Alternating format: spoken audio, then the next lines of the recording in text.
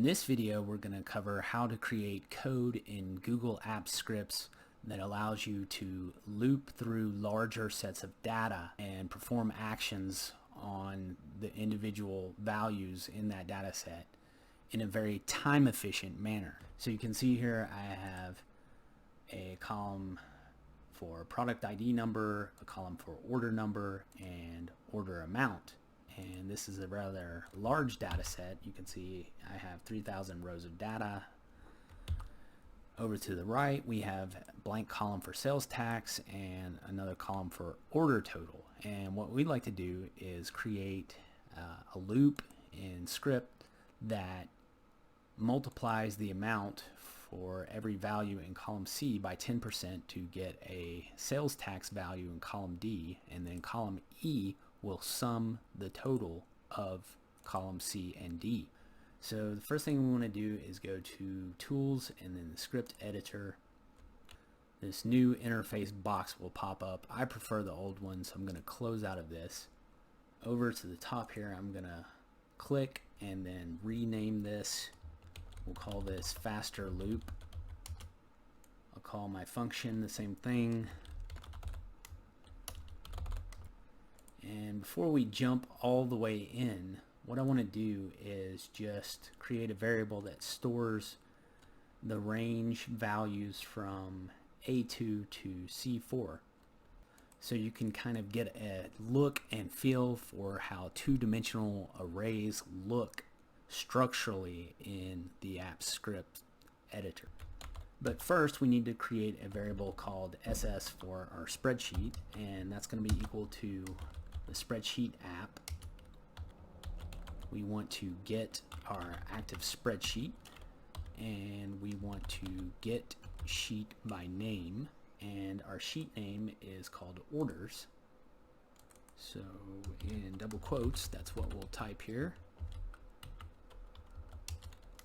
Our next variable is going to be called small range. Say small RNG. It's going to be equal to our spreadsheet variable, and then we want to get range, and we have a two-dimensional range, so we want this option here that has inputs for beginning row, beginning column, number of rows, and number of columns. So we want to begin at row 2 because we don't want to get our headers, we don't want to do anything with that. We want to begin in column 1, we want to go down 3 rows and across 3 columns. After that, we want to get the values. So I want to first log this small range variable so you can see what this looks like. So hit save and run. We're going to have to authorize this, so we're going to click review permissions. This is just a one-time authorization. So click on the account we're on now, go to advanced, scroll down, and your project name should be down there, and scroll down and click allow. And now it says it's running, so we can view the log. And so here is our two-dimensional array. And you can see the way arrays are coded in the scripts editor. They're enclosed in brackets, and when you have a two-dimensional array, you have a set of outer brackets which holds a series of your rows. So you can see that's row 1, comma, row 2, comma, row 3. Within each of these row elements, we have an array of our columns. So you have column 1, column 2, column 3, and they're separated by a comma as well. Now, one important thing to keep in mind is that when you're counting numerically values in an array in scripts, the count begins at 0. So even though this is row 1 in our array, this is row 0 in scripts. This is row 1 and row 2. Same holds true for our columns. This is column 0, column 1, column 2. So we have our product name, order number, and order amount. So now what we want to do is loop through this small array. So we're going to create a new variable. We'll just call this array1. And it's going to be equal to our small range variable. And then we're going to use the map method. And the map method allows you to pass a function to your array that's stored in a variable. I'm just going to type the keyword function and then put the basic syntax for a function, the parentheses, and then your curly brackets. Within this set of parentheses, you're just going to name a row element variable. It can be anything, but it's really, most people refer to it as the row because it represents the collection of rows in your array. Now in these curly brackets, we want to use the keyword return because we want to return the values from that array. And remember, our array is two-dimensional, so we have a set of outer brackets and then a set of inner brackets. So for each row, we're going to use the keyword row because that represents our row element, and if we want to pull back particular columns, we can reference that column. But remember, the column number begins at a count of 0 as well as the row. So if we wanted to pull back the first column and the last column, which is column 3, but in scripts it's column 2, we could do so. So we'll view this in the log, hit save and run, and view our log here.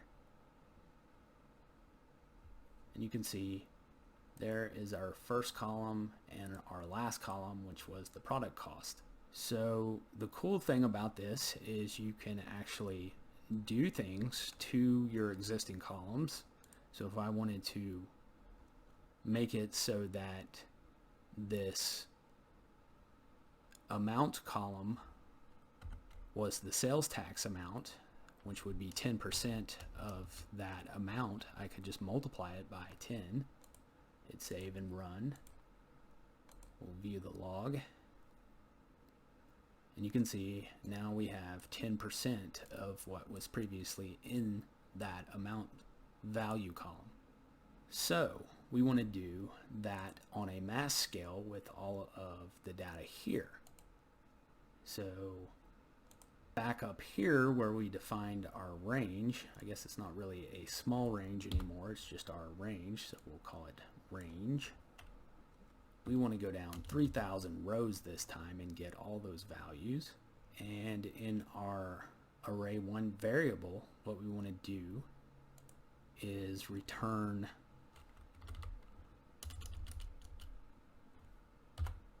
a 2-column array because we want to return values that will populate these 2 columns here. So we want the sales tax, which is the amount column, the 3rd column, times 10%.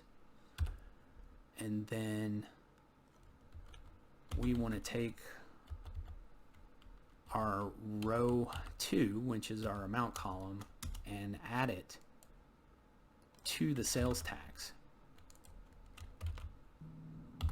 We have this stored in this array variable now, and we need to write that to a new range, and rather than get values, we want to set the values. So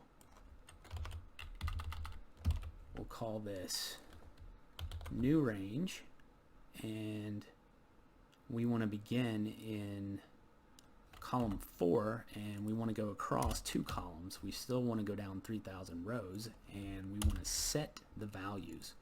What do we want to set the values to? Well, we want it to be equal to this array1.